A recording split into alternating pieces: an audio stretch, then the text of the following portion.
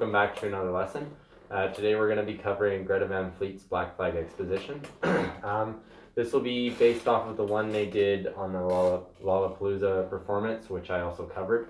However, the solo that he does in this song constantly changes, so it's hard to actually have it as a set solo, which is fine. It's absolutely cool because he's an absolute master improvising live on stage. And so in the lesson today, I'm going to be teaching you the main riff, which if you're not a solo player, if you're just a rhythm player, that continues all the way through the song, through the solo. So if you just want to play the song and you're a rhythm player, you can play that riff all the way through, and it works because Sammy on the bass is playing the same idea all the way through as well.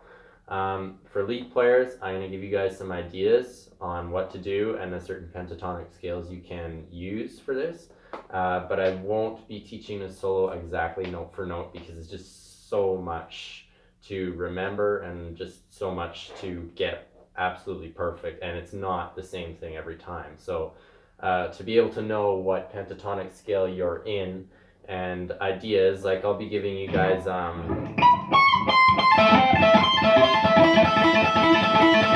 those kind of ideas, and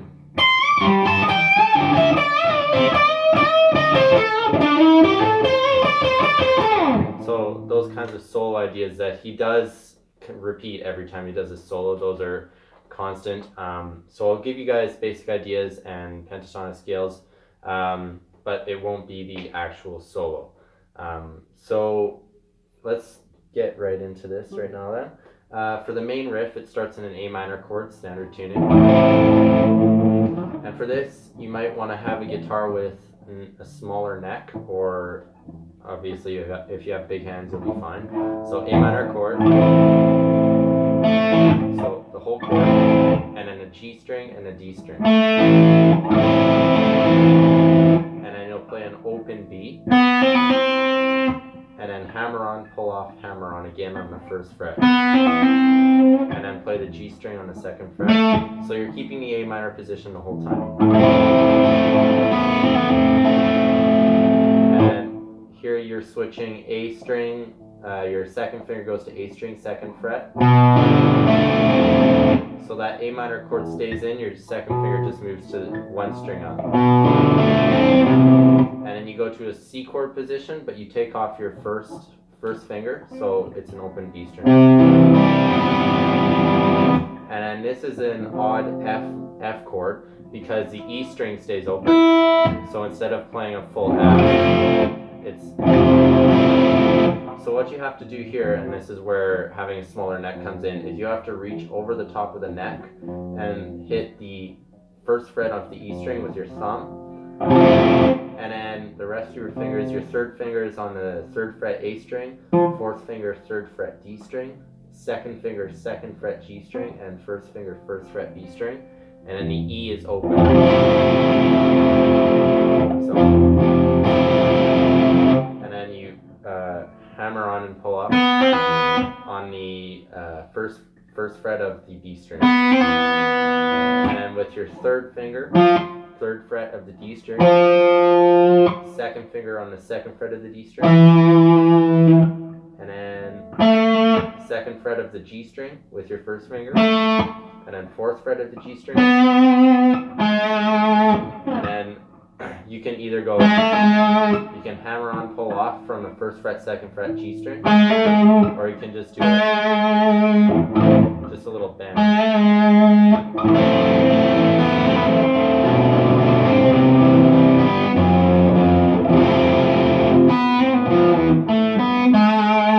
Or for the B here, instead of going up to fourth fret of the G string, you can just play an open B. That's how I do it.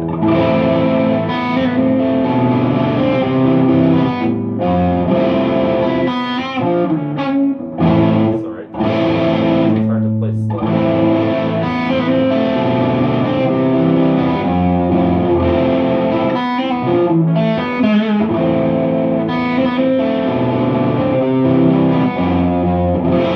And now this time, after going through that same initial starting rotation, it won't be, it'll be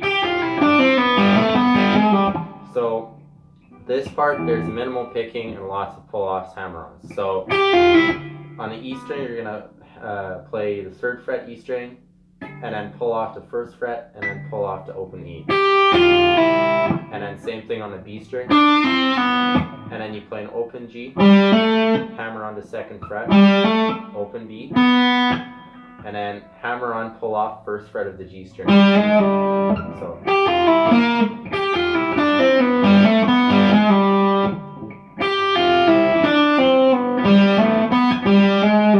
And then back into A minor. So that whole thing, starting from the A minor chord.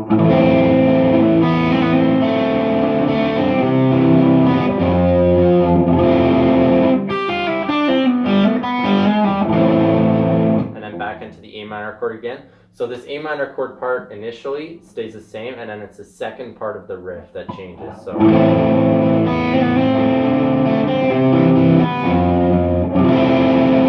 and the 3rd time around, you play open E, you keep this position, and you play the B string with your 1st finger 1st fret, G string with your 2nd finger 2nd fret, and then E string again, and then B string with your 1st finger on 1st fret, and then pull off. And then 2nd fret G string, 1st fret G string. So.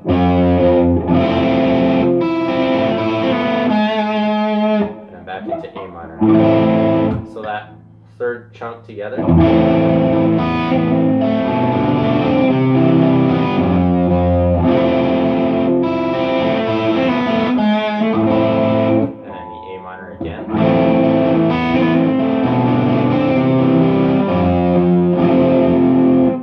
You play, so you keep that position, and then you play the E string with your thumb on the 1st fret, and then the 3rd fret of the A string, and then the E string twice again with your 1st fret held down with your thumb.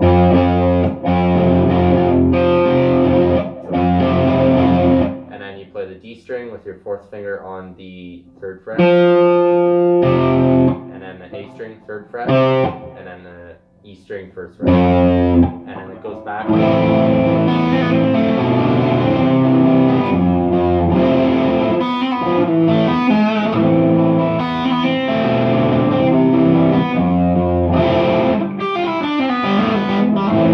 So those are the 4 basic patterns that he kind of interchanges throughout the piece before he goes into the solo, and you can feel free to mix those up at liberty when you're playing, because he plays around with them the whole time as well.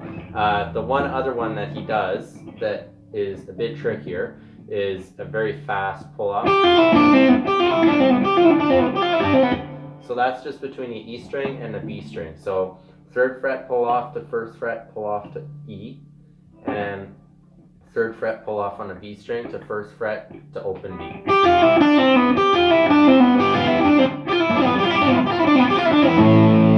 So sped up, it sounds like that.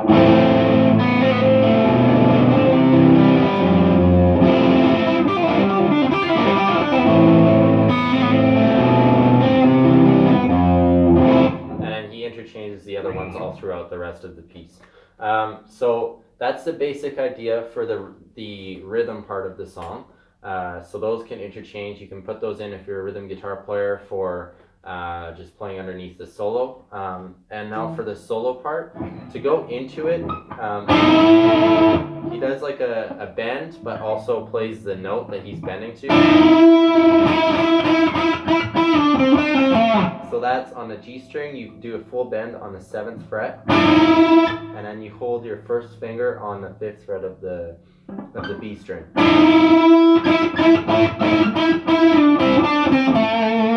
So here, it's the A minor pentatonic scale. So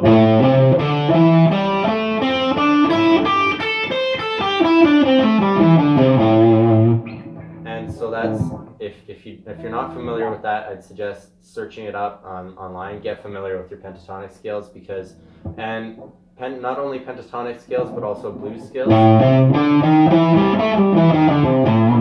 because this is like a blues rock that Greta Van Fleet are playing in. So to be able to know pentatonic scales and blues scales, those will really help on soloing. So the actual solo is held in this A minor pentatonic scale throughout the whole majority of the throughout the entirety of the piece.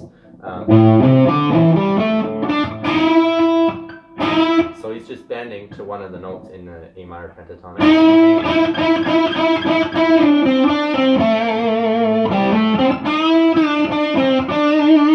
And that, even there, wasn't exactly what he was playing, because he mixes it up every time. And so you get this A minor pentatonic and you start soloing over top of it. And so he stays down here for a while, but then the good thing about the nice thing about the guitar is you can go all over the neck and play in the same key in different areas on the neck, so you're not restricted to just this part. You can go up here.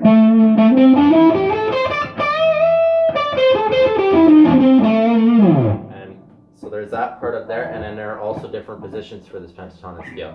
So for this main part down here, just play something in a pentatonic scale, and then as far as the important repetition riffs that he does in his solos, up here, they take place up here in the second position of the pentatonic scale that I showed you guys, and so it's what fret number is that? That's a C played up on the A string, so 12, 15, 17, 19, 20. So fret 20 on the E string, and it's a whole bend, and then a release. And then the 17th fret, so whole bend, and then release, and then to 17th fret. And then the same thing on the B string. Release to 17th fret. And then 19th fret, you're going to do a whole bend on the G string. And then release. And then 17th fret, on the G string. And then a whole bend twice on the 19th fret of the G string. And then you just play the open, or the 19th fret on its own without bend. And then 17th fret on the G string. So, and then to finish it off, 19th fret on the D string. So, sorry, I don't have enough gain on my app here.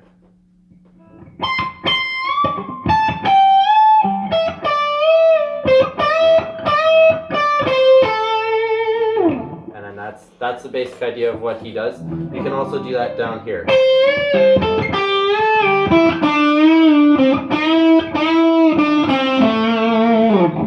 Because that's essentially a mirror image of what's up here. And then, so this other part, which is also a repeating part of the solo that he does, is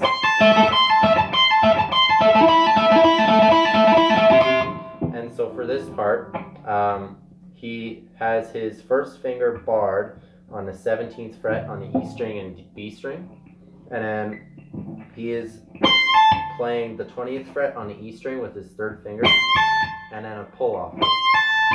So a downstroke to do that initial one, and then a downstroke for playing the B string, and then an upstroke playing the E string. So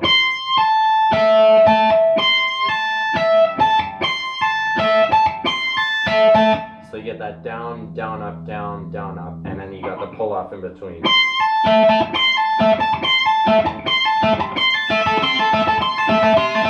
And then to switch in between, he just moves his third finger down one fret to 19th fret.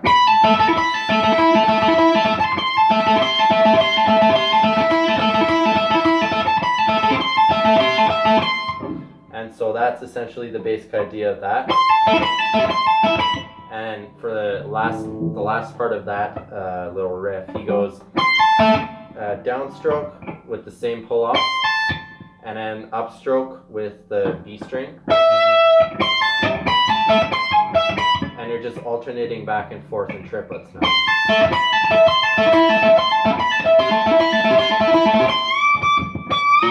And then he does some bends up to the third octave E there.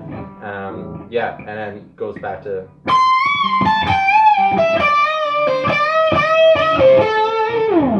So hopefully that gives you guys a good idea. I apologize I couldn't go through this solo better, but there is no studio recording, and so it makes it tough for me to kind of put together one solid concrete solo.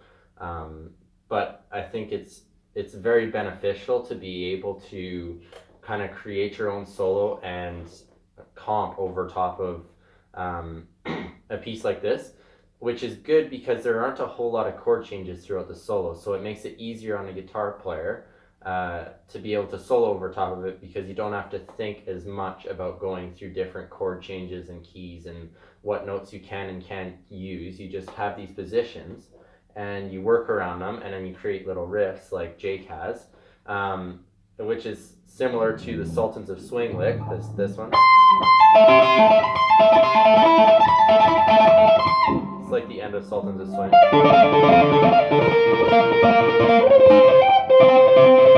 hard to do with the pick, but yeah, that's the basic idea. And you come up with these licks inside of the chord changes or the key of the song, and you solo over top of them, and you create more ideas from the ideas you get while you're playing. So I hope this helped for you guys. I know the main riff was a big part because it's an absolutely amazing riff. I love the riff that these guys made for this song. I hope they release it as a studio version. If they do that, I will possibly do another tutorial in depth on the solo part. But for now, I hope that what I've given you guys just for ideas for the solo, and some parts of which are repeating from what I've seen in his performances, that those will help you guys. And learning to solo over top of something like that also makes you a much better guitar player. You start to understand where guitar players are coming from when they're playing their solos in their songs. So I'm understanding a lot more now, like where Jake is coming from when he does his solos in his songs, just because it's based on the chord changes. So yeah, that's all I have for you guys today, and until next time, keep on rocking. Don't forget to like and